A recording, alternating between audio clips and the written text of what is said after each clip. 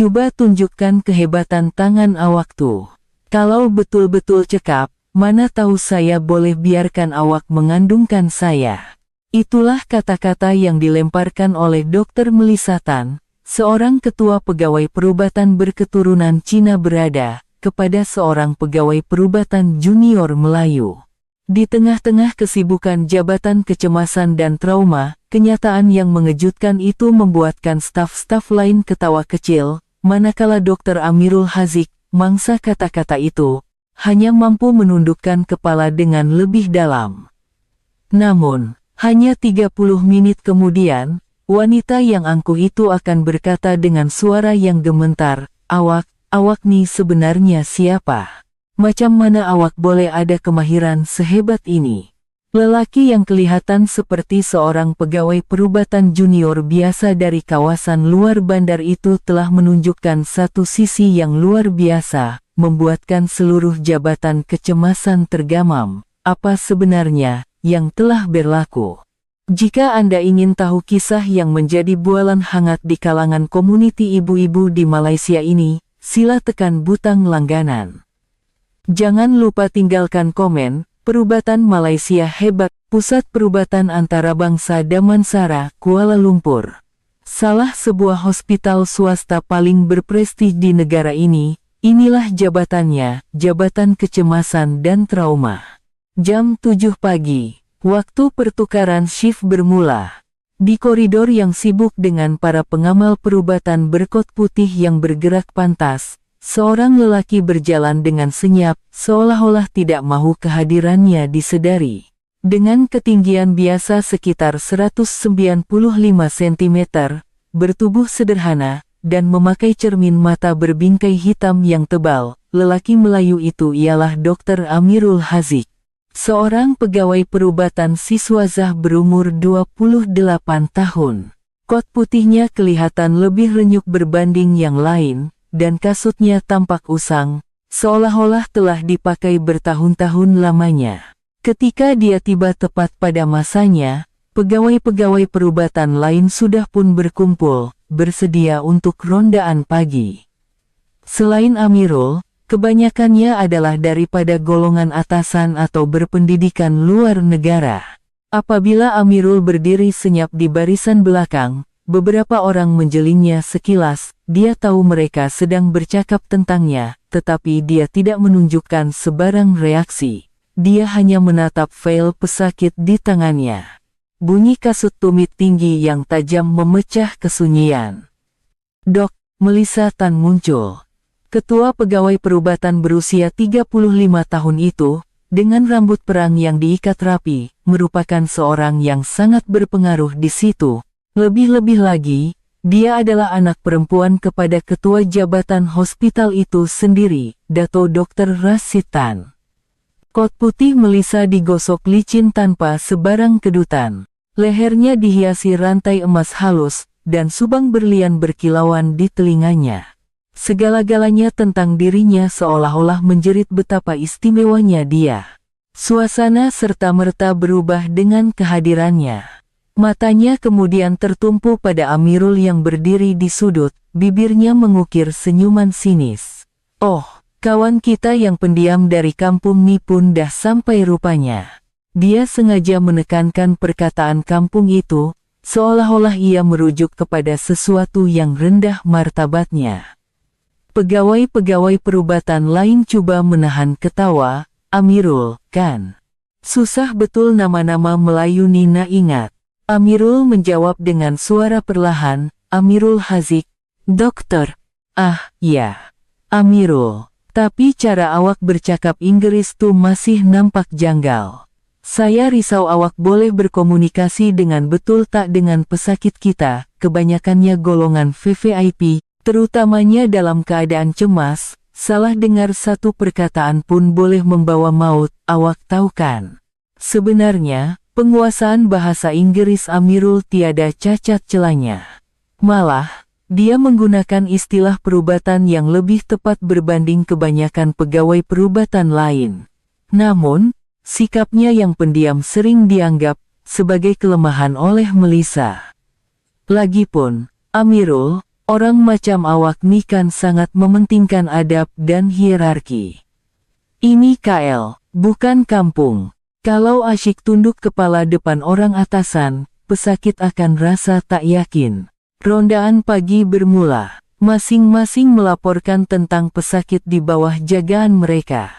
Pegawai perubatan lain membentang dengan penuh keyakinan, diselangi dengan jenaka untuk menceriakan suasana. Tetapi apabila tiba giliran Amirul, suasana berubah menjadi tegang. Dia melaporkan tentang pesakitnya dengan tepat dan ringkas. Dari diagnosis hingga plan rawatan, semuanya sempurna. Namun, Melissa tetap mencari kesalahan. Pemahaman awak tentang keadaan pesakit nampak oke, tapi awak masih belum dapat sesuaikan diri sepenuhnya dengan sistem hospital swasta macam ni.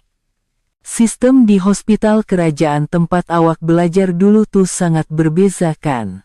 Masih banyak yang ketinggalan, saya dengar. Itu adalah satu penghinaan yang jelas. Tetapi Amirul hanya menjawab, saya akan coba lebih gigih lagi, doktor. Perkara seperti ini berlaku hampir setiap hari.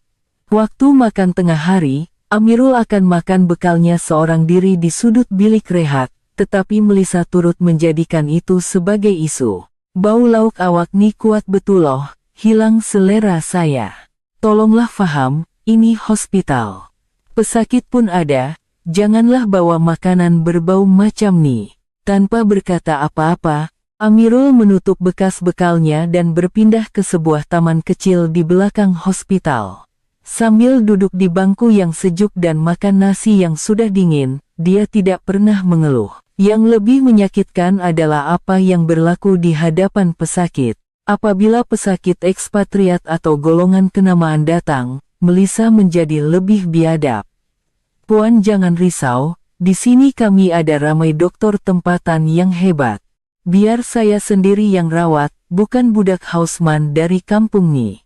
Walaupun Amirul adalah seorang pegawai perubatan, Melissa sengaja memanggilnya Hausman untuk merendah-rendahkannya. Pesakit-pesakit itu mengangguk lega, dan Amirul terpaksa berundur ke belakang, hanya memainkan peranan pembantu. Pada suatu hari, penghinaan yang diterima lebih pribadi. Lelaki Melayu semuanya macam awak ke lembik, nah harapkan apa? Ekonomi pun orang lain yang tolong majukan. Setiap kali mendengar kata-kata sedemikian, genggaman tangan Amirul menjadi erat. Ada sesuatu yang panas membara di dalam dadanya, tetapi dia menahannya. Tanpa mengubah riak wajah, dia terus melakukan tugasnya. Petang Khamis, ketika jabatan kecemasan lebih lengang daripada biasa, Melissa sedang berborak dengan beberapa juru rawat. Apabila Amirul lalu sambil menyusun file pesakit, satu ide nakal muncul di matanya. Hei semua, nata kita usik sikit kawan kita yang pendiam dari kampung nih. Juru rawat itu ketawa kecil, menunjukkan minat. Melissa berjalan mendekati Amirul. Amirul, tangan awak nampak halus, mesti cekap buat kerjakan. Terkejut dengan teguran tiba-tiba itu, Amirul mengangkat muka. Melissa tersenyum sinis. Tapi ada satu benda yang saya tertanya-tanya. Betul kemacam orang selalu cakap, pasal lelaki Melayu. Juru rawat di sekelilingnya mula berbisik dan ketawa. Amirul dapat merasakan sesuatu yang tidak baik bakal berlaku, tetapi dia diam. Melissa menjadi lebih berani. Sebagai dokter, kemahiran awak mungkin boleh tahan. Tapi sebagai lelaki, saya tak pastilah. Coba tunjukkan kehebatan tangan awak tuh. Kalau betul-betul cekap, mana tahu saya boleh biarkan awak mengandungkan saya. Seketika, jabatan kecemasan menjadi sunyi sepi. Ini adalah gangguan seksual yang jelas, dan juga satu kenyataan yang berbaur perkauman. Beberapa juru rawat terkejut, tetapi tiada siapa berani menghalang. Melissa adalah ketua pegawai perubatan dan anak kepada ketua jabatan. Wajah Amirul serta-merta menjadi merah padam. Perasaan malu dan marah meluap-luap serentak. Tangannya menggenggam vel pesakit dengan kuat, dan otot di rahangnya menegang. Namun, dia masih tidak berkata apa-apa. Kenapa muka merah? Malu kemarah. Tapi cakaplah jujur, awak yakin dengan kebolehan awak tuh. Gelak tawa yang meletus di sekelilingnya menusuk telinga Amirul. Pada saat itu, pelbagai pikiran melintas di benaknya seperti kilat. Segala penghinaan yang ditelannya selama ini kembali menghantuinya. Tetapi Amirul tetap membisu. Maafkan saya, hanya itu yang dikatakannya sebelum berlalu pergi dengan senyap. Macam nilah lelaki Melayu. Membosankan, nak bercakap pun tak pandai. Malam itu, Amirul bersendirian di atas bumbung hospital. Dari tingkat 11, pemandangan malam Kuala Lumpur sangat indah, tetapi hatinya langsung tidak tenang. Angin sejuk meniup wajahnya, dan matanya dipenuhi pelbagai emosi, marah, kecewa, dan yang paling utama, kesedihan yang mendalam. Tetapi pada masa yang sama, dia mempunyai sebab untuk tidak berputus asa. Amirul mengeluarkan sekeping gambar lama dari poketnya. Di dalam gambar itu, seorang wanita muda tersenyum riang. Tunggu sekejap lagi, sayang. Dia berbisik sendirian, masanya belum tiba. Demi satu rahasia yang hanya dia yang tahu, dia perlu bertahan lebih lama lagi. Namun, takdir nampaknya tidak akan membiarkannya menunggu lebih lama. Keesokan harinya, satu insiden akan berlaku yang akan mengubah segala-galanya.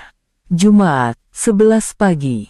Bagi Amirul, ia adalah waktu yang akan mengubah nasibnya, tetapi dia masih belum mengetahuinya.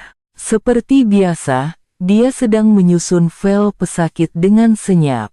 Jabatan kecemasan hari itu luar biasa sibuk. Sejak subuh, ada dua mangsa kemalangan jalan raya, seorang lelaki berusia 60-an yang diserang sakit jantung, dan seorang gelandangan yang tidak sadarkan diri akibat keracunan alkohol. Juru rawat berlari ke sana kemari, dan pegawai-pegawai perubatan lain sibuk dengan pesakit masing-masing. Amirul sedang memeriksa perkembangan Puan Zainab, pesakit sakit perut yang dijaganya sejak semalam. Wanita berusia 70-an itu telah datang ke jabatan kecemasan mengadu sakit perut yang teruk. Pegawai perubatan lain telah memeriksanya tetapi tidak menemui apa-apa yang luar biasa dan hanya meletakkannya di bawah pemerhatian. Apabila melihat Amirul, wajah wanita tua itu berseri. Doktor muda Melayu, lega hati Makcik bila nampak muka orang kita. Amirul tersenyum kecil sambil memeriksa keadaan Puan Zainab dengan teliti. Apabila dia menekan perut wanita itu sekali lagi, dia merasakan sesuatu yang aneh. Ada perubahan kecil yang mungkin terlepas pandang oleh dokter lain.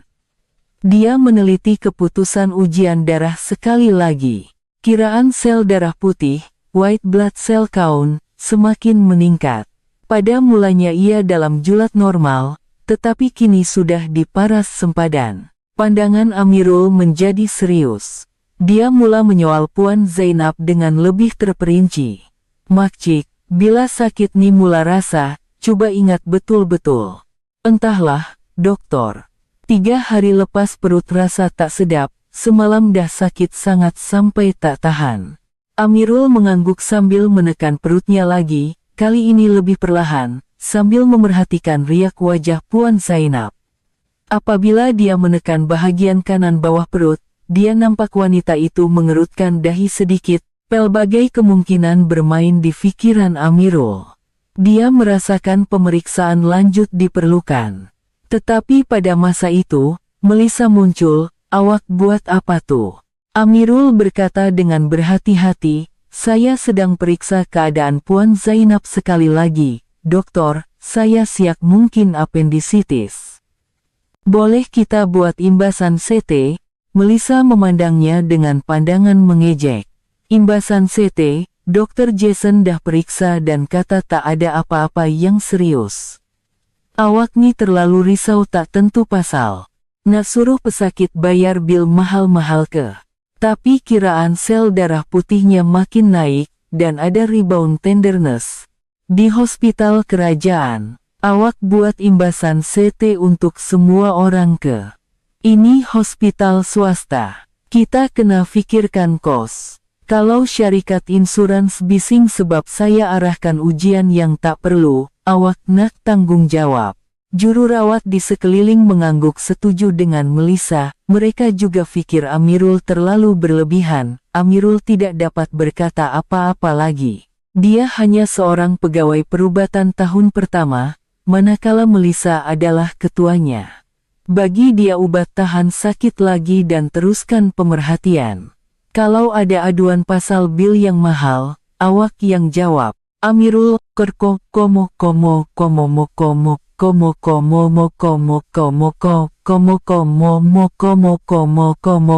nah. Tetasa mengangguk, tetapi hatinya masih tidak tenang. Namirul pergi memeriksa Puan Zainab lagi. Selepas diberi obat tahan sakit, kesakitannya nampak berkurangan, tetapi di mata Amirul, ada sesuatu yang masih janggal. Macik, macam mana rasa sekarang? Dah kurang sikit sakitnya, tapi masih terasa lagi. Amirul menekan perutnya sekali lagi. Walaupun kesakitannya berkurangan karena obat, perutnya masih terasa tegang, dan suhu badannya kelihatan sedikit meningkat. Pada masa itu, Dr. Jason lalu dan mengusiknya, kau masih jaga Makcik tuke. Melissa dah suruh perhatikan ye kan, janganlah over sangat. Amirul hanya mengangguk tanpa kata. Tetapi kerisauannya berterusan. Dia teringat satu kes serupa di hospital lamanya. Apendisitis pada warga emas selalunya mempunyai simptom yang tidak jelas dan boleh membawa kepada peritonitis jika lambat dikesan. Jam 4 petang, ketika Amirul sedang merawat pesakit lain, tiba-tiba kedengaran kekecohan di satu sudut jabatan kecemasan. Seorang jururawat menjerit cemas. Keadaan pesakit di katil ini merosot. Amirul bergegas ke sana. Ia adalah Puan Zainab. Wajahnya pucat lesi dan dia berpeluh sejuk. Tekanan darahnya menurun dan nadinya menjadi laju. Makcik, makcik. Tetapi Puan Zainab separa sedar, jantung Amirul berdegup kencang. Situasi terburuk yang dijangkakannya telah berlaku. Melissa berlari datang. Apa dah jadi? Kenapa tiba-tiba jadi macam ni? Apendiksnya dah pecah. Dah jadi peritonitis. Kita kena bawa dia ke Dewan Bedah sekarang juga, kata Amirul dengan cemas. Melissa kelihatan panik. Dia tidak mempunyai banyak pengalaman mengendalikan kes apendisitis yang rumit, terutamanya pada warga emas. Tak mungkin. Buat ujian darah sekali lagi. Tak ada masa, doktor. Kita kena buat imbasan CT dan sediakan Dewan Bedah segera. Suara Amirul penuh dengan desakan. Tetapi Melissa masih teragak-agak. Dia tidak mahu mengakui bahwa kesilapan diagnosisnya telah membahayakan pesakit. Awak cuba nak arahkan saya ke. Awak ingat awak siapa? Pada ketika itu, keadaan Puan Zainab menjadi lebih kritikal. Tekanan darahnya jatuh mendadak, dan nadinya semakin lemah. Amirul tidak boleh menunggu lagi. Tanpa disedari, dia menolak Melissa ke tepi dan meluruh ke arah Puan Zainab. Dia mula memberi arahan kepada jururawat. Mulakan drip normal saline laju-laju. Sediakan obat untuk naikkan tekanan darah. Hubungi Dewan Bedah, tanya kalau ada slot kecemasan. Jururawat itu secara naluriah mengikut arahan tegas Amirul. Mereka semua terkejut melihat sisi Amirul yang sangat berbeza daripada kebiasaannya yang pendiam. Melissa menjerit, awak buat apa nih? Saya ketua di sini, saya. Tetapi Amirul tidak menghiraukan Melissa dan terus merawat Puan Zainab. Gerak-gerinya pantas dan tepat, keputusannya cepat. Dia seolah-olah bertukar menjadi orang lain. Boleh kita buat imbasan CT sekarang? Juru teknologi radiologi mengangguk. Boleh, sekarang juga. Bagus. Makcik, jangan risau ya. Saya ada di sini. Suara Amirul penuh keyakinan, seperti seseorang yang telah melalui situasi sebegini beratus-ratus kali. Puan Zainab yang separa sedar menggenggam tangan Amirul dengan erat. Keputusan imbasan CT keluar. Seperti yang dijangka, apendiksnya telah pecah dan peritonitis telah bermula. Diagnosis Amirul adalah tepat, wajah Melissa menjadi pucat. Karena kesilapannya, nyawa pesakit kini dalam bahaya. Namun, dia masih coba menafikannya. Ini tak boleh dijangka, simptom pesakit tua memang tak jelas. Tetapi pandangan staf perubatan lain yang memerhati mula berubah. Mereka semua tahu Amirul telah membuat diagnosis yang betul sejak dari awal lagi. Selepas menghantar Puan Zainab ke Dewan Bedah, Amirul menghela nafas panjang. Nasib baik belum terlambat, tetapi jika lewat sedikit lagi, keadaan pasti akan menjadi sangat bahaya. Jururawat senior, Kak Maria, mendekati Amirul dengan senyap. Amirul, hebat betul awak tadi. Kalau bukan sebab awak, tak tahulah apa jadi pada Makcik tuh. Amirul menggeleng. Saya cuma buat kerja saya, Kak. Tak, awak memang hebat. Macam mana awak boleh buat diagnosis setepat tuh? Macam dokter pakar yang sangat berpengalaman. Amirul tidak menjawab. Sebaliknya, dia memandang keluar tingkap, seolah-olah sedang memikirkan sesuatu yang mendalam. Dengan insiden hari ini, kemahirannya yang sebenar mula terbongkar sedikit demi sedikit, tetapi dia perlu lebih berhati-hati. Melissa berdiri kaku, merasakan pandangan tajam daripada pegawai perubatan dan juru rawat lain. Kesilapannya telah terdedah, dan lebih memalukan lagi, pegawai perubatan junior yang selalu dipandangnya rendah telah menyelamatkan keadaan. Jam 6 petang, berita sampai bahwa pembedahan Puan Zainab berjaya. Ketua Jabatan Surgery sendiri turun ke Jabatan Kecemasan untuk mencari Amirul, Dr. Amirul Haziq Khan. Diagnosis yang cemerlang. Kalau lambat sikit tadi, memang bahaya. Pujian daripada ketua jabatan itu membuatkan suasana di Jabatan Kecemasan menjadi janggal. Semua mata tertumpu pada Amirul, dan wajah Melissa menjadi merah padam. Amirul masih menjawab dengan tenang, nasib baik tak terlambat, doktor.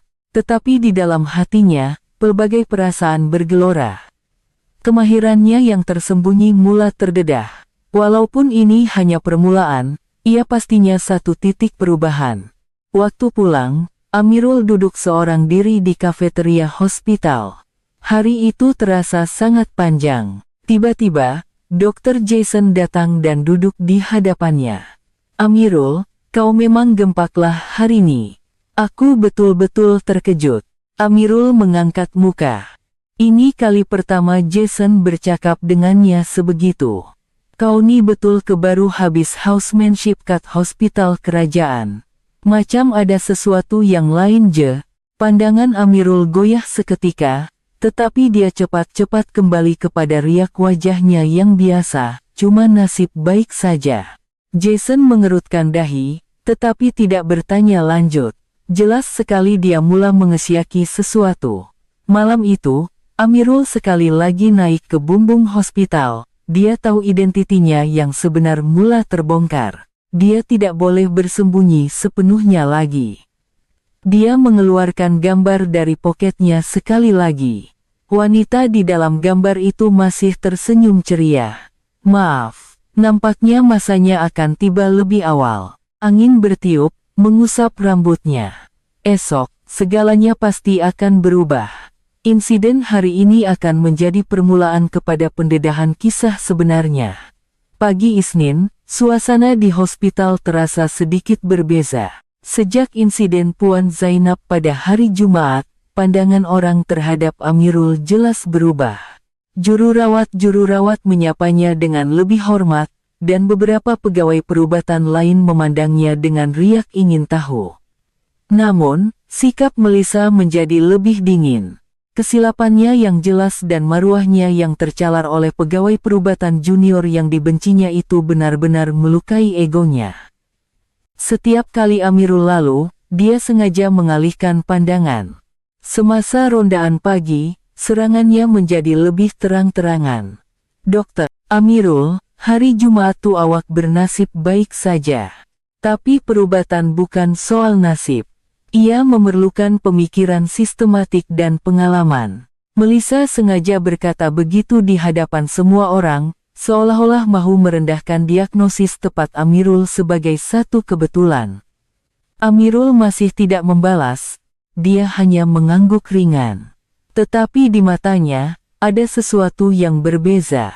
Seolah-olah sesuatu yang lama terpendam di dalam dirinya mula bangkit. Petang Selasa, satu lagi insiden berlaku di Jabatan Kecemasan. Seorang lelaki berusia 50-an dibawa masuk sambil memegang dadanya. Simptom serangan jantung yang tipikal. Dr. Jason ditugaskan untuk mengendalikannya. Namun, karena kurang pengalaman, Jason membuat kesilapan awal. Dia tersilap mentafsir ECG. Dia terlepas pandang ST segment elevation dan mendiagnosisnya sebagai anggina biasa. Dia hanya memberikan obat nitrogliserin dan meminta pesakit dipantau. Tetapi apabila Amirul melihat ECG itu, riak wajahnya serta-merta berubah. Ini adalah serangan jantung STEMI yang serius. Pesakit memerlukan prosedur angioplasti dengan segera. Di dalam kepala Amirul, otaknya ligat berpikir. Setiap saat yang berlalu, otot jantung pesakit itu sedang mati. Amirul mendekati Jason dengan berhati-hati. "Jason, boleh saya tengok ECG itu sekali lagi?" Jason menjawab acuh tak acuh. "Nak tengok apa lagi?" "Anggina biasa Yeni, bagi nitro, nanti okelah." Tetapi Amirul tidak berputus asa. Nyawa pesakit menjadi taruhan. Dia meneliti ECG itu sekali lagi. Kenaikan segmen ST yang jelas di V2 dan V3, jelas sekali ini adalah anterior Wolmi. "Jason, ini nampak macam serangan jantung STEMI. Kita kena hantar dia ke makmal kateterisasi, cath lab, sekarang." Jason menjawab dengan marah, "Hai, kau ingat kau siapa nak ajar aku? Aku pun pandai baca ECG lah." Pada ketika itu, keadaan pesakit merosot dengan mendadak. Dia tiba-tiba tidak sadarkan diri dan rebah. Dia mengalami cardiac arrest. Semuanya berlaku dalam sekelip mata. Amirul bertindak mengikut naluri. Dia segera meluruh ke arah pesakit dan memulakan resusitasi kardiopulmonari, CPR. Tangannya bergerak dengan tepat, tekanan dan kelajuan CPR-nya sempurna, seolah-olah dia telah melakukannya beribu kali. "Sediakan defibrilator, adrenalin 1 mg. Amirul memberi arahan kepada juru rawat. Suaranya penuh keyakinan dan otoriti. Mereka secara otomatik mengikut arahannya. Selepas renjatan elektrik diberikan, ritme jantung pesakit kembali. Amirul segera menghubungi pusat kardiologi, mengarahkan mereka bersedia untuk prosedur angioplasti kecemasan. Seluruh proses berjalan lancar. Staf perubatan yang memerhati tidak pernah menyangka Amirul yang pendiam itu mampu mengendalikan situasi kecemasan dengan begitu cekap. Terutamanya kemahiran CPR-nya, setaraf seorang pakar. Melissa tiba lewat dan coba memahami situasi. "Apa dah jadi?" Jason menjawab tergagap-gagap, pesakit tiba-tiba rebah. Amirul yang bagi rawatan kecemasan. Wajah Melissa berkerut. Sekali lagi, Amirul muncul pada saat genting dan menyelamatkan pesakit. Lebih teruk lagi, dia melakukannya dengan membetulkan kesilapan Jason. Selepas pesakit dipindahkan ke pusat kardiologi, suasana di Jabatan Kecemasan menjadi sunyi. Semua orang memandang Amirul dengan pandangan yang berbeza. Kemahiran yang ditunjukkan oleh seorang pegawai perubatan junior tahun pertama itu sukar untuk difahami. Kak Maria berkata kepada Amirul, "Amirul, awak memang luar biasa. Macam mana awak boleh buat CPR sesempurna tuh, macam pakar?" Amirul masih menjawab dengan tenang, "Saya cuma belajar bersungguh-sungguh masa di university dulu Kak." Tetapi Kak Maria menggeleng.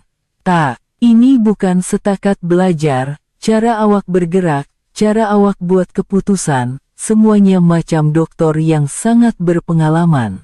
Awak ni betul kecuma lepasan universiti biasa.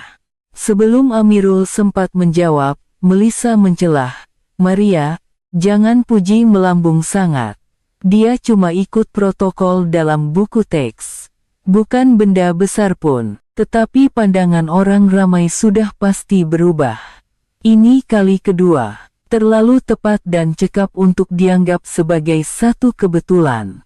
Keesokan harinya, satu lagi kejadian luar biasa berlaku. Seorang wanita hamil 36 minggu dibawa masuk kerana mengalami pendarahan tiba-tiba, sementara menunggu pakar sakit puan, OG tiba, Jabatan Kecemasan perlu memberikan rawatan awal. Melissa mengambil alih kes itu, tetapi dia kurang pengalaman dalam kecemasan obstetrik. Dia tidak dapat membuat diagnosis yang tepat. Sama ada plasenta previa, placental abruption, atau sebab lain, dia tidak pas. Amirul memerhati dari tepi. Sebaik sahaja dia melihat perut pesakit, pandangannya menjadi tajam.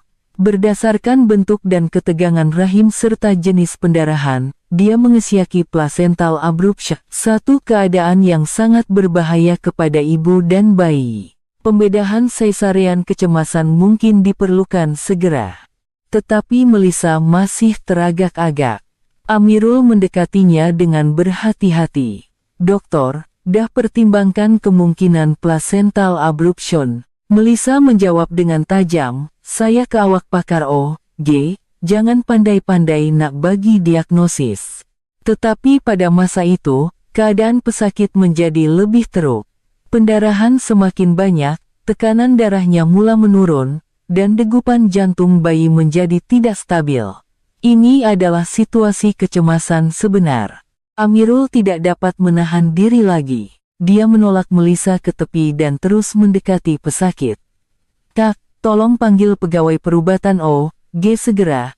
Maklumkan Dewan Bedah untuk bersedia bagi pembedahan cesarean kecemasan, sediakan pek darah juga. Arahan Amirul tepat dan pantas. Juru rawat mula bergerak mengikut arahannya. Melissa coba membantah, tetapi keadaan terlalu genting. Amirul melakukan segala-galanya untuk menstabilkan pesakit, drip IV, bekalan oksigen, pemantauan berterusan. Semuanya sempurna, seolah-olah dilakukan oleh seorang pakar OG. 10 menit kemudian, pegawai perubatan OG tiba. Selepas menilai keadaan, dia segera mengarahkan pesakit dipindahkan ke Dewan Bedah. Dia memuji diagnosis dan rawatan awal Amirul. Siapa yang kendalikan kes ni tadi? Sangat bagus. Kalau lambat sikit, memang bahaya. Semua mata tertumpu pada Amirul. Ini kali ketiga, ia bukan lagi satu kebetulan. Kemahirannya jelas melebihi tahap seorang pegawai perubatan junior biasa. Wajah Melissa menjadi pucat lesi. Berkali-kali kesilapannya ditutup oleh Amirul. Dia tidak boleh lagi menganggapnya sebagai nasib atau kebetulan. Waktu makan tengah hari Kamis, gosip tentang Amirul mula tersebar di kalangan pegawai perubatan. Ada sesuatu yang pelik dengan Amirul. Kemahirannya terlalu hebat, betul ke dia cuma graduan biasa. Jason sendiri mendekati Amirul. Amirul, cakap jujur. Kau ni siapa sebenarnya? Pengalaman kau macam dah bertahun-tahun. Amirul terdiam seketika. Nampaknya semakin sukar untuk bersembunyi. Tetapi masanya belum tiba untuk mendedahkan segala-galanya. Saya cuma ada sedikit pengalaman lebih di Malaysia. Jawaban yang samar-samar itu membuatkan Jason merasakan ada rahasia yang lebih besar. Malam itu, Melissa pergi ke pejabat ayahnya, Ketua Jabatan Dato Dr. Rashid Tan. Dia tidak boleh membiarkan Amirul terus begitu. Kedudukannya terasa terancam. Ayah, pasal pegawai perubatan Melayu bernama Amirul Haziktu. Ada sesuatu yang tak kena dengan dia. Kemahirannya terlalu hebat, saya rasa curiga. Dato Dr. Rashid menunjukkan minat. Curiga. Sejak kebelakangan ini, dia dah selesaikan beberapa kes yang sangat sukar dengan sempurna. Itu bukan tahap yang boleh dilakukan oleh seorang pegawai perubatan tahun pertama, mungkin dia tipu tentang kelayakannya. Dato Dr. Rashid berpikir sejenak. Dia juga ada mendengar kabar angin yang baik tentang Amirul. Ketua Jabatan Surgery memujinya, dan para juru rawat juga menghormatinya. Tetapi kata-kata Melissa ada benarnya juga. Baiklah, ayah akan periksa latar belakangnya. Melissa tersenyum puas. Dia pikir, apapun rahasia Amirul, ia akan terbongkar. Dan jika ada sebarang masalah, dia boleh menyingkirkan Amirul dari hospital itu.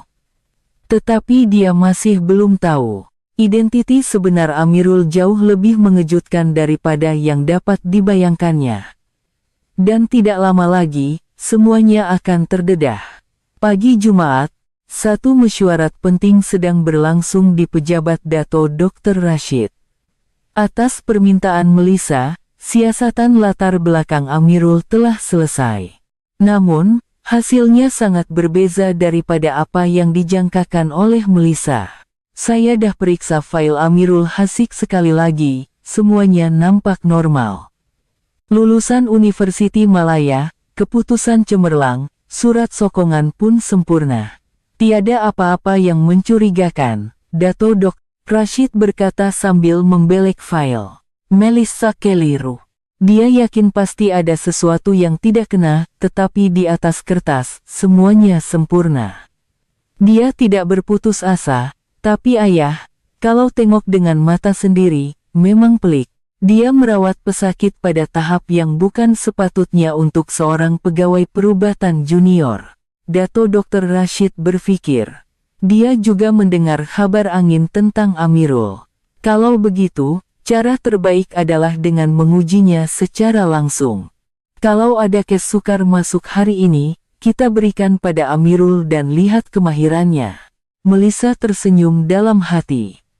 Akhirnya, peluang untuk membongkar rahasia Amirul telah tiba.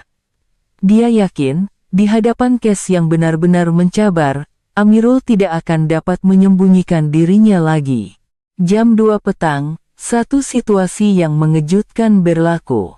Kemalangan besar di Lebuh Raya menyebabkan 6 mangsa parah dihantar serentak. Sebuah lori bertembung dengan 3 buah kereta, dan semua mangsa berada dalam keadaan kritikal. Jabatan kecemasan serta-merta bertukar menjadi medan perang. Staf perubatan dibahagikan untuk merawat mangsa. Melissa sengaja memberikan kes yang paling parah kepada Amirul. Seorang lelaki berusia 40-an, tidak sadarkan diri akibat pelbagai trauma. Pesakit itu mengalami kecederaan di kepala, dada, dan perut serentak. Satu keadaan yang sangat kompleks.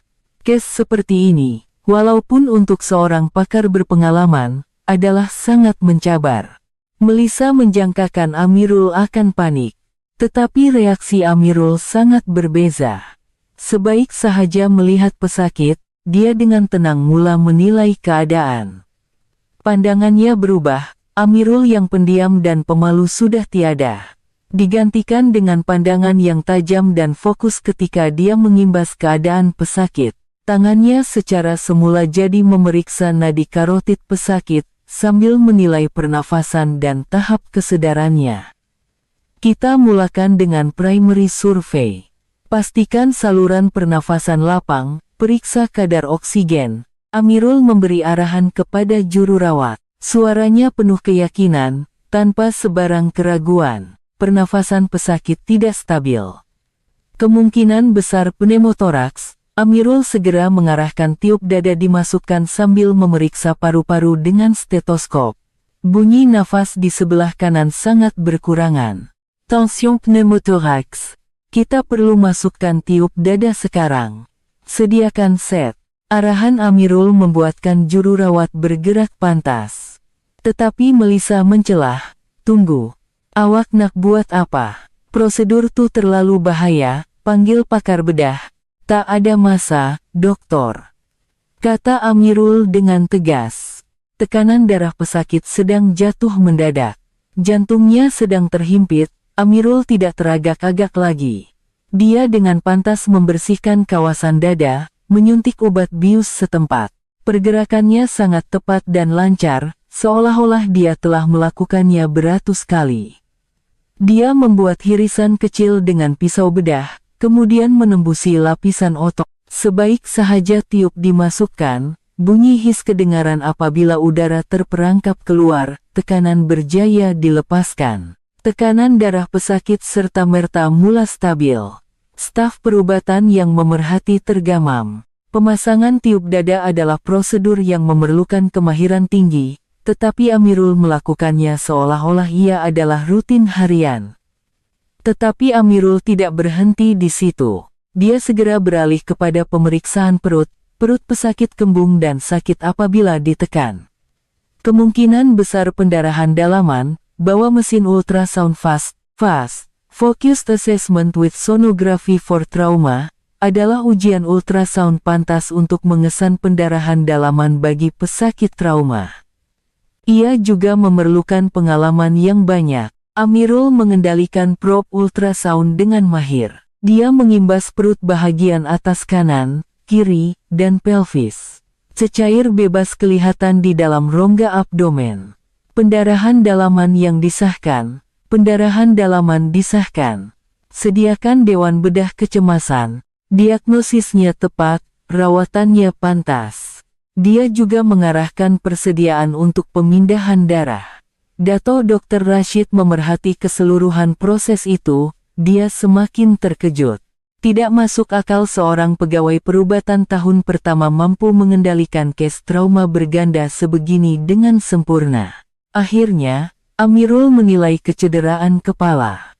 Dia memeriksa tindak balas anak mata dan melakukan ujian neurologi.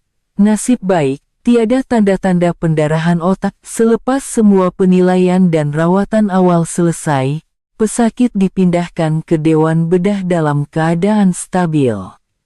Berkat keputusan Amirul yang pantas dan tepat, nyawa pesakit berjaya diselamatkan.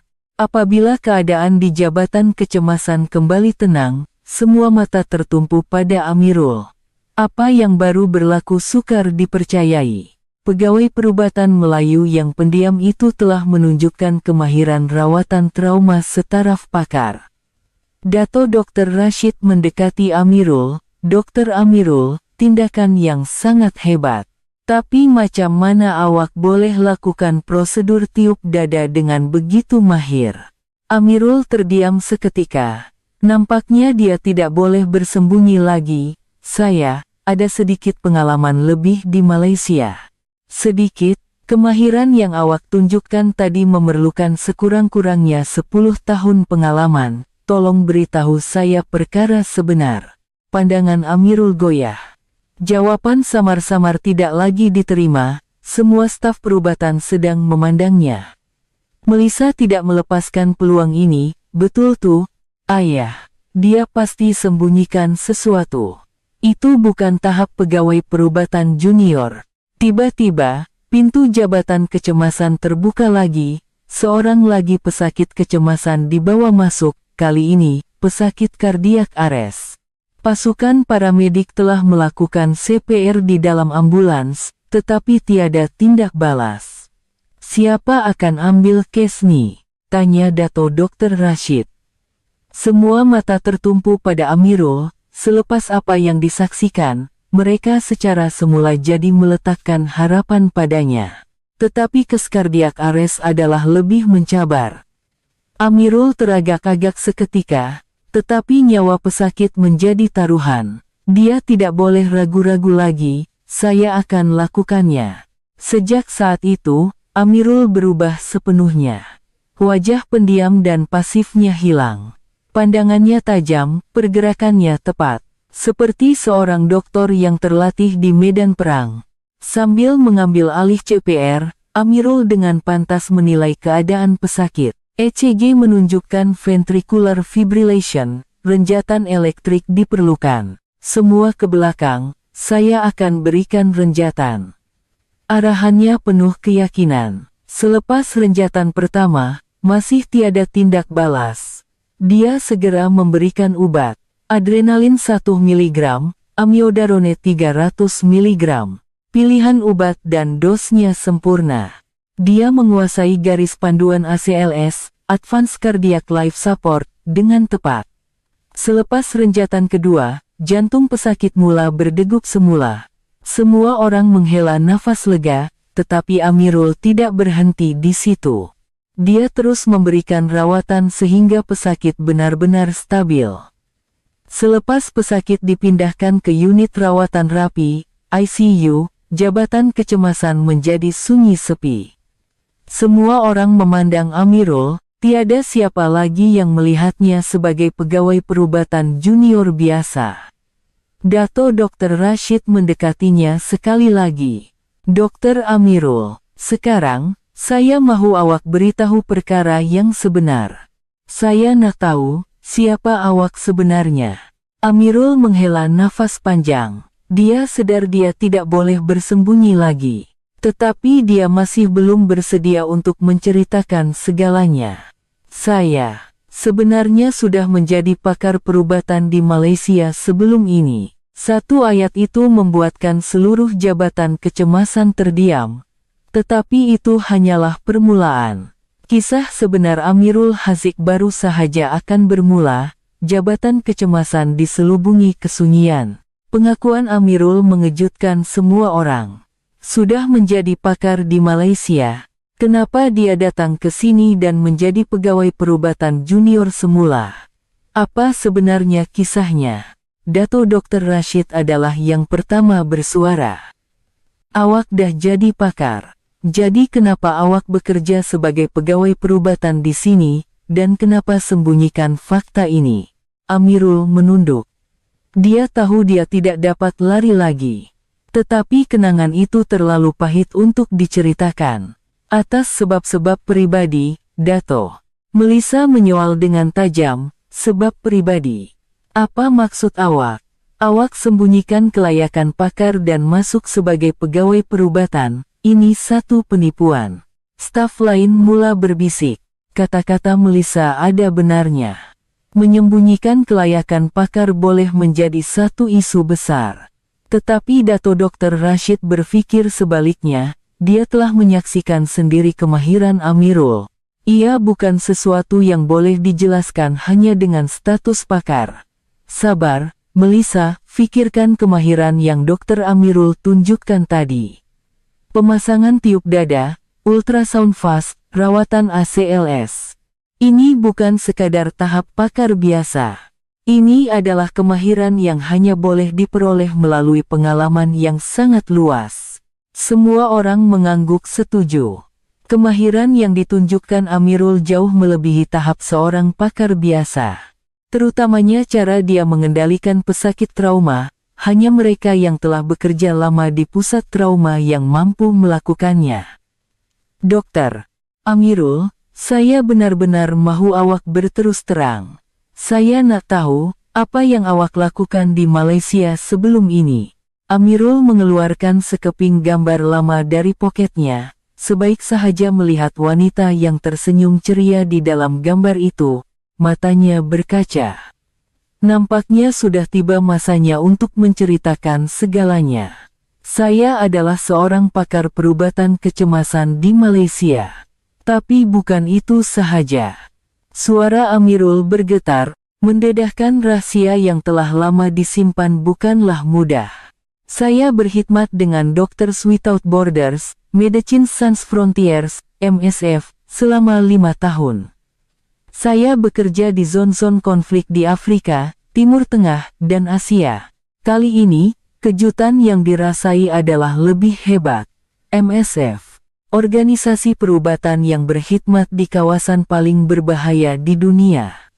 Berkhidmat selama 5 tahun bermakna dia telah melalui pengalaman yang tidak dapat dibayangkan. Dato Dr.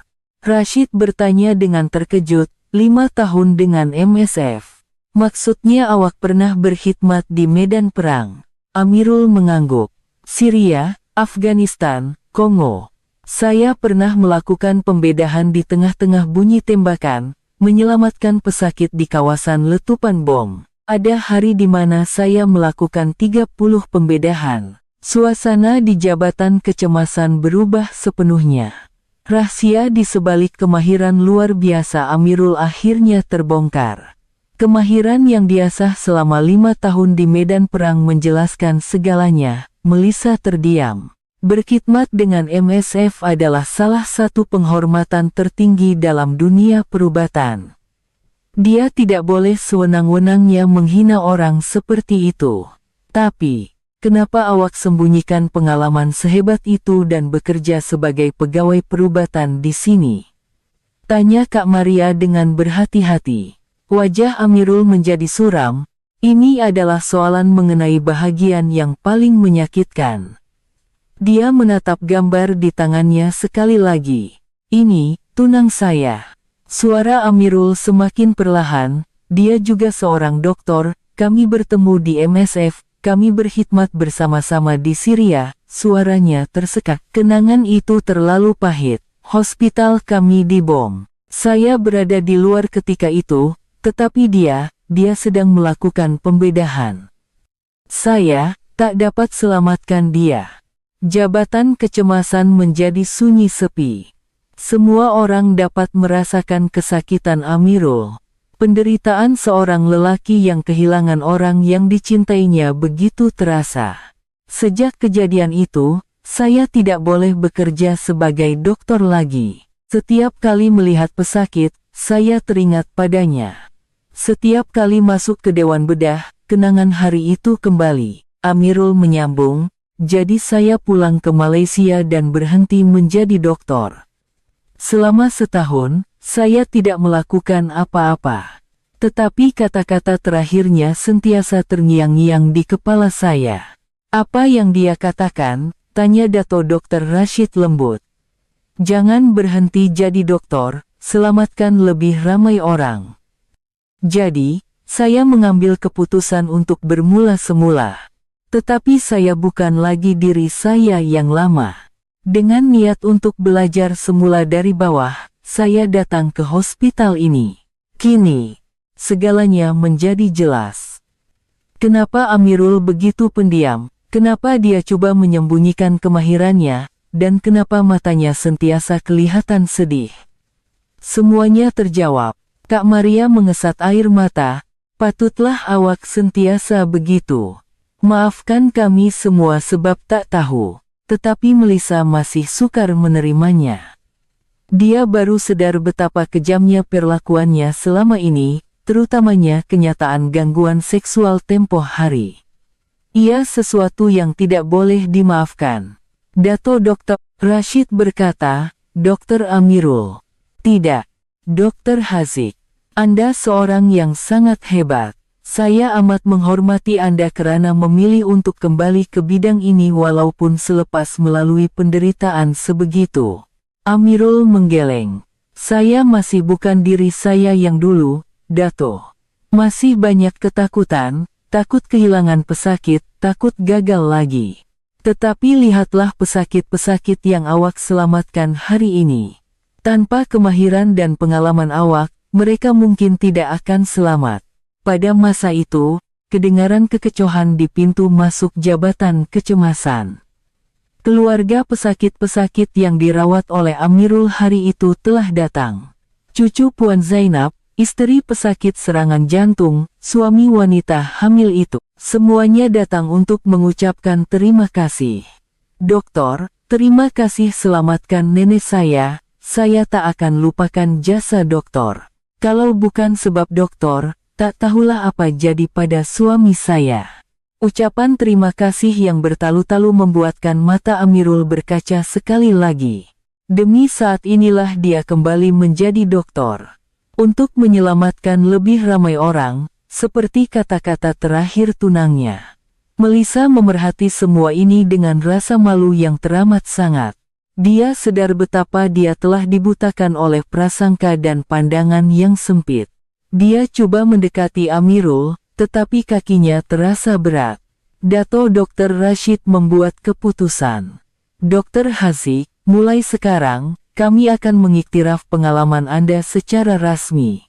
Dengan latar belakang MSF, Anda layak mendapat layanan terbaik di hospital ini. tetapi Amirul menggeleng.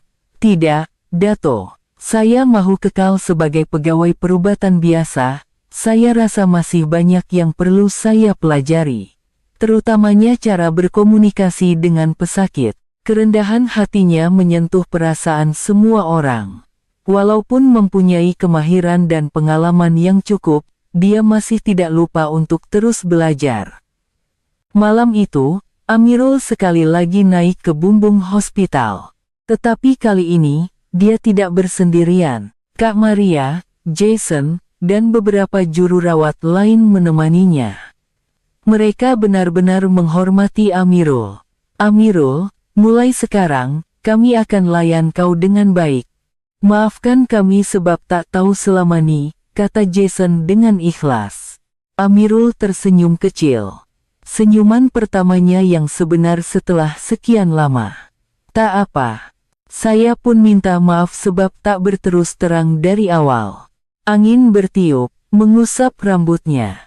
Dia memandang ke langit, seolah-olah bercakap dengan tunangnya di dalam hati. Tetapi segalanya belum berakhir. Melissa masih bergelut dengan rasa bersalahnya, dan satu cabaran yang lebih besar menanti Amirul. Adakah dia akan berjaya mengatasi traumanya dan memulakan hidup baru?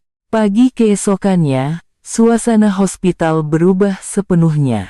Identiti sebenar Amirul telah diketahui, dan semua staf perubatan memandangnya dengan penuh hormat.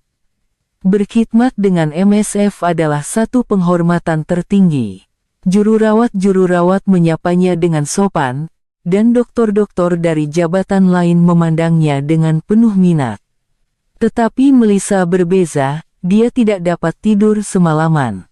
Perbuatannya terhadap Amirul, terutamanya kata-kata hinaan itu, terus bermain di pikirannya. Mengatakan perkara sebegitu kepada seseorang yang menderita akibat kehilangan orang yang dicintai di zona perang adalah sesuatu yang tidak tertanggung. Semasa rondaan pagi, Melissa tidak banyak bercakap. Apabila Amirul membentangkan kes, dia tidak lagi mencari kesalahan. Sebaliknya, dia hanya menunduk dan mengelak pandangan. Perubahan Melissa ini disedari oleh semua orang. Amirul perasan akan perubahan itu, tetapi dia tidak berkata apa-apa. Dia masih menjalankan tugasnya dengan senyap. Tetapi ada satu perbezaan. Dia tidak lagi kelihatan takut-takut, dan dia coba berkomunikasi dengan lebih aktif dengan pesakit. Sekitar jam 10 pagi, seorang pesakit istimewa dibawa masuk. Seorang kanak-kanak perempuan berumur 7 tahun, terjatuh di taman permainan dan terhantuk kepala. Kanak-kanak itu sadar tetapi tidak berhenti menangis, dan ibu bapaknya kelihatan sangat cemas. Jason ditugaskan untuk merawatnya, tetapi dia menghadapi kesukaran karena kanak-kanak itu terus menangis. Ibunya coba memujuk dalam dialek Kelantan yang pekat, tetapi Jason langsung tidak paham. Ada sesiapa boleh cakap dialek Kelantan tak? Tanya Jason, kelihatan buntu. Ketika itu, Amirul mendekat dengan senyap. Boleh saya bantu? Apabila Amirul mendekati kanak-kanak itu, keadaan serta-merta berubah. Dengan lohat Kelantan yang lembut, dia menenangkan kanak-kanak dan ibu bapaknya. Adik, jangan takut deh. Pacik dokter sini tolong tengok Hok sakit tuh. Takpo, jangan nangis. Kanak-kanak itu berhenti menangis mendengar suara Amirul yang mesra. Ibu bapaknya juga kelihatan lega, kehadiran seorang dokter yang memahami bahasa mereka adalah satu kelegaan yang besar. Amirul memeriksa kanak-kanak itu dengan lemah lembut.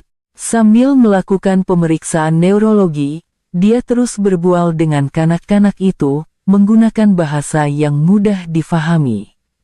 Kalau sakit kepala, royak ko pakcik deh. Sakit sini ko, sini. Kanak-kanak itu mula mempercayai Amirul dan menjawab dengan jujur. Hasil pemeriksaan mendapati tiada kecederaan otak yang serius, hanya gegaran otak ringan. Kanak-kanak itu perlu dipantau selama sehari. Amirul menerangkan keadaan itu kepada ibu bapaknya dengan terperinci, termasuk perkara-perkara yang perlu diberi perhatian di rumah. Seluruh proses ini diperhatikan oleh Melissa. Dia melihat sisi seorang dokter sejati dalam diri Amirul. Bukan sahaja berkemahiran tinggi, tetapi juga mempunyai hati yang tulus untuk mengambil berat tentang pesakit. Waktu makan tengah hari, Melissa memberanikan diri untuk mendekati Amirul. Dia telah berpikir sepanjang pagi. Dia tahu dia perlu meminta maaf, tetapi tidak tahu bagaimana untuk memulakannya. Amirul, ada masa sekejap, Amirul mengangkat muka, menyadari riak wajah Melissa yang berbeza. Ya, doktor. Ada apa? Dengan tangan yang sedikit gemetar, Melissa memulakan. Saya nak minta maaf atas semua perbuatan saya selama ini. Amirul terkejut. Dia tidak pernah menyangka Melissa akan meminta maaf kepadanya. Semua yang saya cakap pada awak, memang tak boleh dimaafkan. Terutamanya, kenyataan saya tempoh hari. Suara Melissa bergetar, mengingati perbuatannya. Dia berasa amat malu dan bersalah.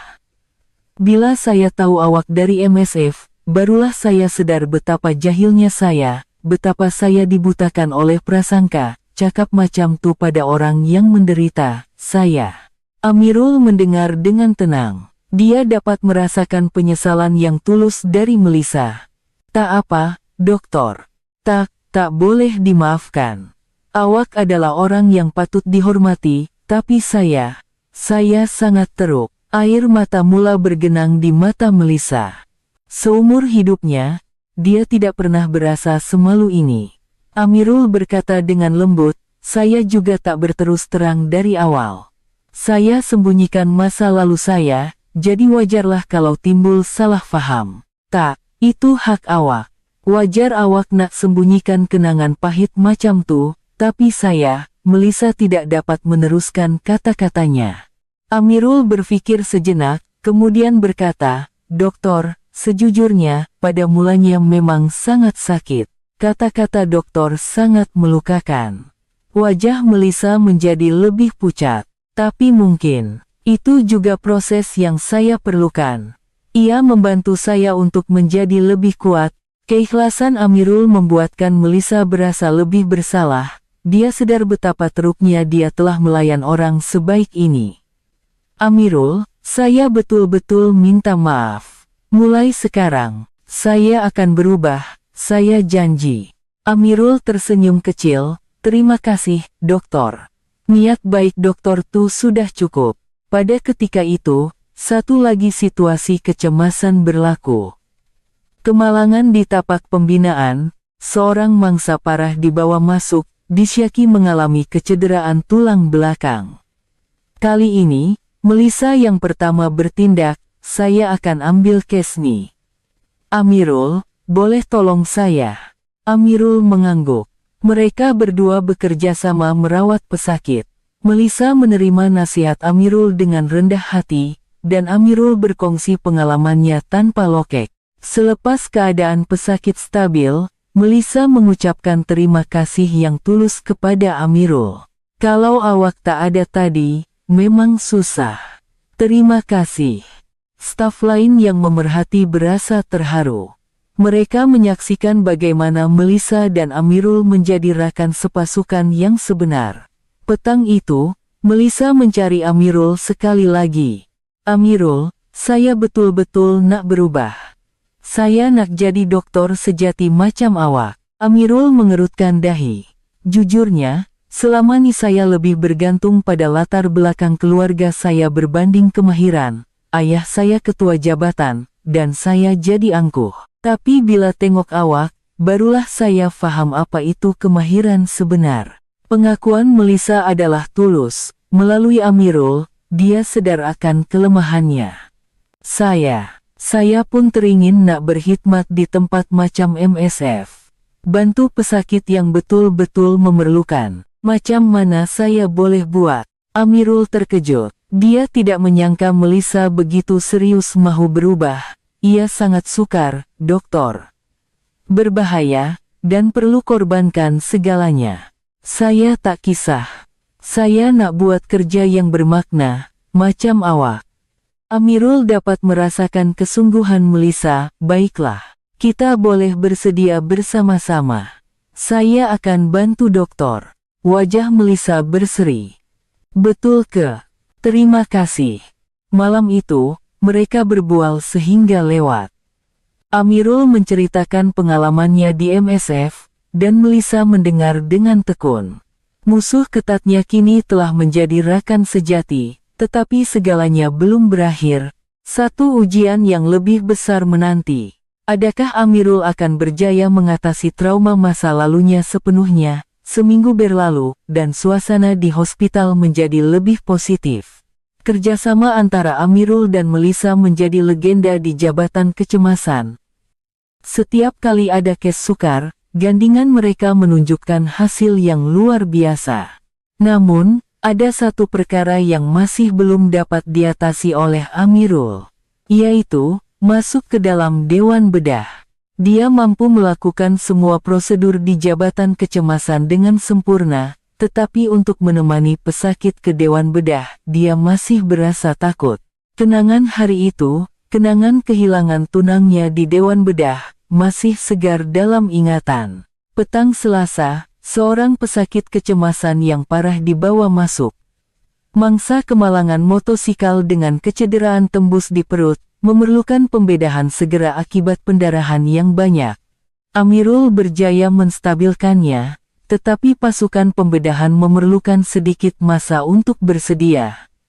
Dokter Hazik, boleh tak dokter naik ke Dewan Bedah dan bantu kami? Ketua Jabatan Surgery meminta bantuan Amirul, satu pengiktirafan terhadap kemahirannya. Tetapi wajah Amirul serta-merta menjadi pucat. Mendengar perkataan, Dewan Bedah sahaja sudah membuatkan jantungnya berdebar dan tangannya menggeletar. Kenangan hari itu kembali menghantuinya, bunyi letupan, sailing yang runtuh, dan wajah tunangnya yang tidak dapat diselamatkan.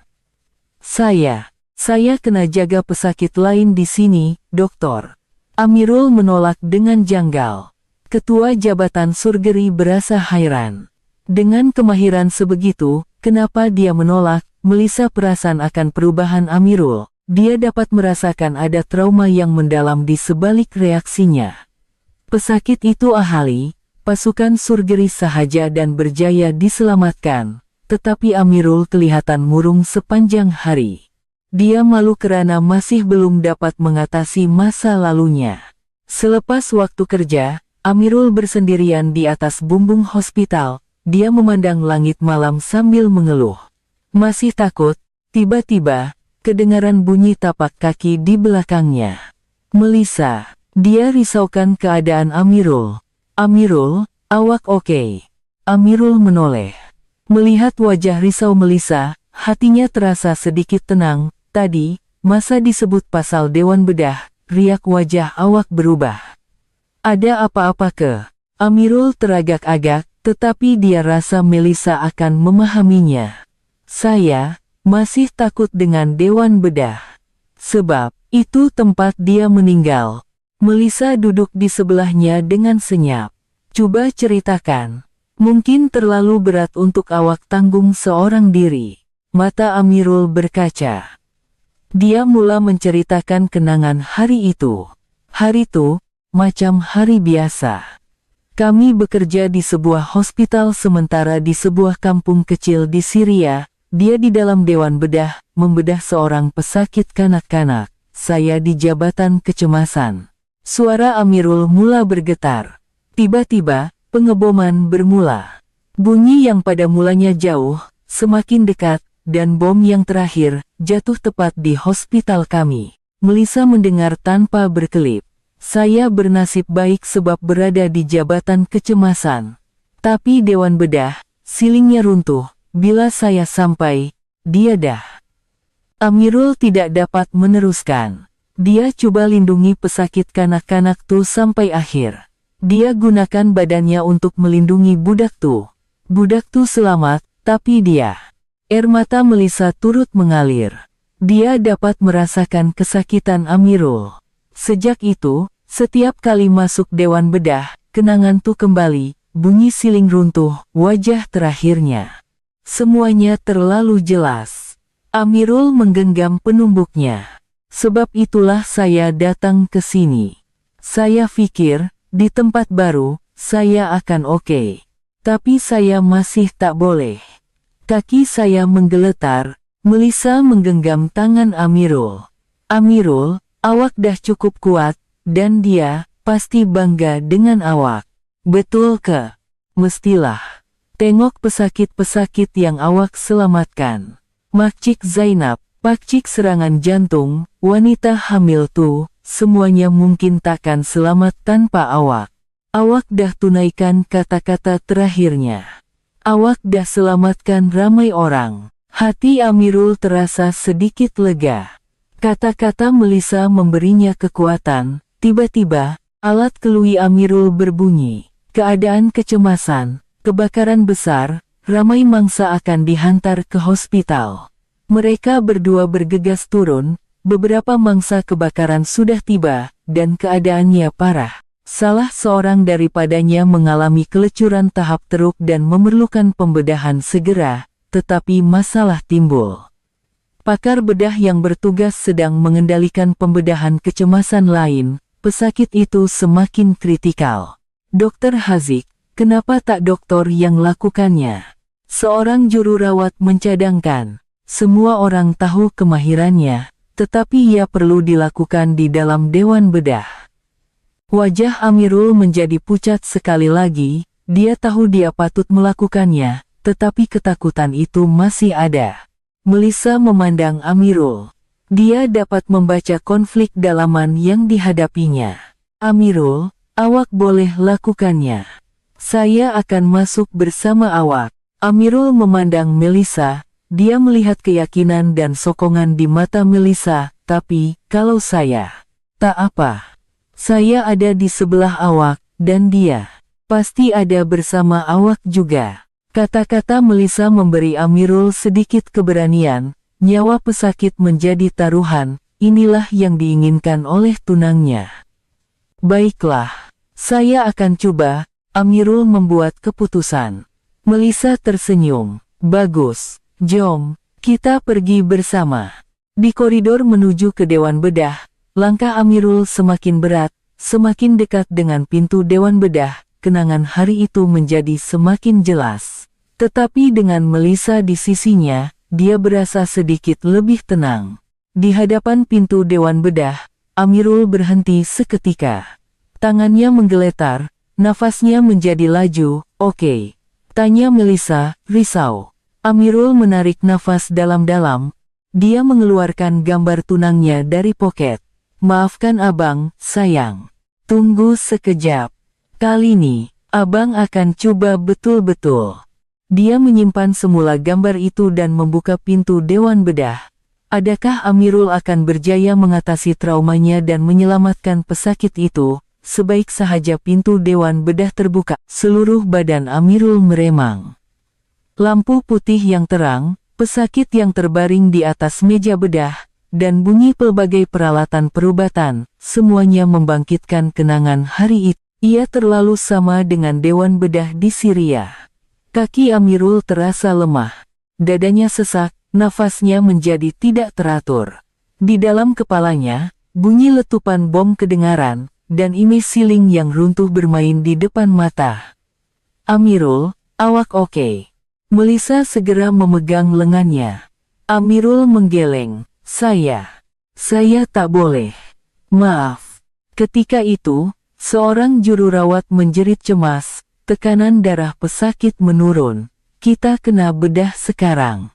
Amirul memandang pesakit. Seorang lelaki berusia 40-an dengan kelecuran teruk, tidak sadarkan diri di ambang maut. Dia tahu keluarganya sedang menunggu di luar. Saya kena lakukannya, kata Amirul dengan suara bergetar. Tetapi ketika dia coba memakai gaun pembedahan, kenangan hari itu kembali melanda. Gaun pembedahan tunangnya yang berlumuran darah, dan rasa sejuk tangannya.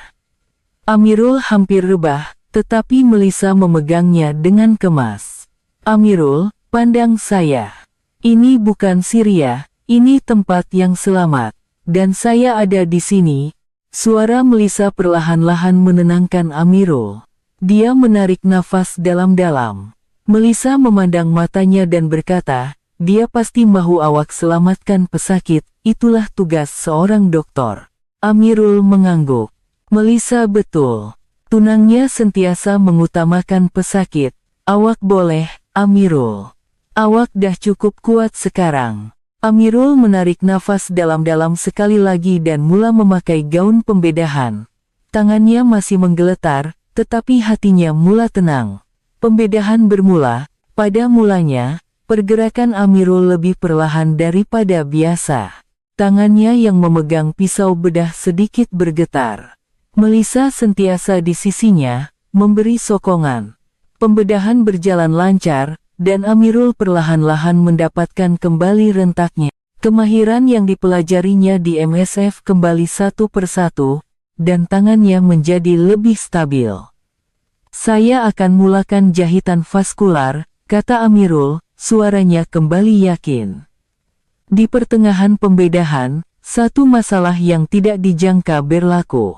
Tekanan darah pesakit jatuh mendadak, dan dia mengalami kardiak arrest. Suasana di dalam dewan bedah menjadi tegang. Mulakan CPR, Amirul bertindak serta-merta. Tetapi pada saat itu, kenangan hari itu kembali. Tunangnya juga mengalami kardiak arrest seperti ini, dan dia tidak dapat berbuat apa-apa. Perasaan tidak berdaya itu kembali menghantuinya, tangan Amirul mula bergetar lagi. Amirul, fokus, jerit Melissa, tetapi Amirul keliru antara masa lalu dan masa kini. Wajah pesakit kelihatan seperti wajah tunangnya. Tak, aku tak boleh kehilangan dia lagi, bisik Amirul. Ketika itu, Melissa menggoncang bahunya. Amirul, sedar, pesakit nih, awak boleh selamatkan dia. Jeritan Melissa menyadarkan Amirul kembali ke realiti. Dia tahu di mana dia berada, dan apa yang perlu dilakukannya. Amirul kembali fokus pada CPR, kali ini dengan ritme yang sempurna. 3 menit kemudian, jantung pesakit mula berdegup semula. Seluruh dewan bedah menghela nafas lega. Amirul berhenti seketika, menarik nafas panjang, dia berjaya melakukannya. Dan yang paling penting, dia tidak lagi dikuasai oleh kenangan pahit itu. Pembedahan disambung semula, dan Amirul telah berubah sepenuhnya. Dia tidak lagi terikat dengan masa lalu, hanya fokus pada pesakit di hadapannya. Pergerakannya tepat, keputusannya pantas. Selepas pembedahan selama 4 jam, Amirul akhirnya merasakan bahwa dia telah mengatasi masa lalunya. Dewan bedah tidak lagi menakutkan, dan kenangan tunangnya kini menjadi sumber kekuatan, bukan lagi kesakitan. Pembedahan selesai, kata Amirul sambil membuat jahitan terakhir. Di luar dewan bedah, keluarga pesakit menangis melihat Amirul. Dokter, terima kasih selamatkan ayah saya. Mata Amirul turut berkaca. Demi saat inilah dia kembali menjadi dokter. Sambil keluar dari dewan bedah, Melissa berkata, awak memang hebat, awak dah berubah sepenuhnya. Amirul mengangguk, iya. Kali ini, saya rasa saya dah benar-benar pulih. Dia pasti gembira. Malam itu, Amirul naik ke bumbung hospital buat kali terakhir. Tetapi kali ini, dia tidak bersendirian. Melissa, Jason, Kak Maria, dan rekan-rekan sekerja yang lain ada bersamanya. Tahniah, Amirul. Semua orang memberinya semangat. Amirul mengeluarkan gambar tunangnya buat kali terakhir. Di dalam gambar, dia masih tersenyum ceria. Terima kasih, sayang. Sebab awak, abang dapat mulakan hidup baru. Sekarang, abang boleh selamatkan lebih ramai orang. Angin bertiup, seolah-olah tunangnya menjawab. Amirul memeluk gambar itu ke dadanya dan tersenyum bersama rekan-rekannya. Kini, dia mempunyai keluarga baru, dan impian baru. 3 bulan kemudian, Amirul dan Melissa bersama-sama menghantar permohonan untuk menyertai MSF. Melissa telah membuat keputusan untuk mengorbankan segalanya untuk menjadi dokter sejati seperti Amirul. Awak betul-betul nak ikut? Tanya Amirul. Mestilah. Saya nak amalkan apa yang saya belajar daripada awak, jawab Melissa sambil tersenyum. Pada hari terakhir Amirul, seluruh staf jabatan kecemasan mengucapkan selamat tinggal kepadanya. Dia telah meninggalkan inspirasi yang mendalam kepada semua orang. Sambil meninggalkan hospital, Amirul menoleh ke belakang. Disinilah dia dilahirkan semula, sebagai seorang dokter sejati. Dan yang paling penting, dia kini dapat menunaikan amanat terakhir orang yang dicintainya. Pergi untuk menyelamatkan lebih ramai orang. Amirul berbisik sendirian sambil memandang ke langit. Cahaya matahari yang menembusi awan kelihatan seperti senyuman tunangnya. 6 bulan kemudian, di sebuah perkampungan kecil di Afrika, Amirul dan Melissa sedang merawat pesakit bersama-sama. Melissa melayan pesakit dengan penuh keikhlasan, dan Amirul tidak lagi dibelenggu masa lalu. Suatu petang, Amirul sedang memandang bintang di luar hemah. Melissa datang dan duduk di sebelahnya. Menyesal, tanya Melissa. Amirul tersenyum. Langsung tidak, inilah tugas saya. Dia pasti bangga. Ya, pasti. Tiba-tiba, panggilan kecemasan masuk. Mereka berdua bergegas bangun untuk menyambut pesakit. Langkah Amirul penuh keyakinan, tiada lagi ketakutan. Coba tunjukkan kehebatan tangan awak tuh. Kalau betul-betul cekap, mana tahu saya boleh biarkan awak mengandungkan saya. Kata-kata hinaan Melissa dahulu kini membawa makna yang sama sekali berbeza. Sebagai seorang dokter sejati, Amirul benar-benar sedang memberi kehidupan kepada ramai orang. Dan dalam proses itu, dia telah menemui cinta dan persahabatan sejati. Kisah yang bermula dengan prasangka dan diskriminasi kini menjadi mesej harapan dan keberanian. Pengajaran bahwa kita tidak boleh menilai seseorang dari luaran, dan hati yang terluka boleh sembuh semula. Kisah Amirul mungkin telah berakhir, tetapi kehidupan sebenarnya baru sahaja bermula.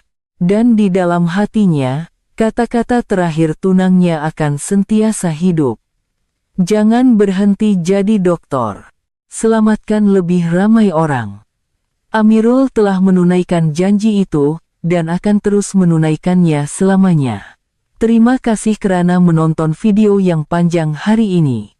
Dengan melanggan dan mengaktifkan notifikasi, Anda boleh menjadi orang pertama yang mengikuti kisah-kisah dokter idaman setiap hari. Terima kasih. Semoga hari Anda menyenangkan.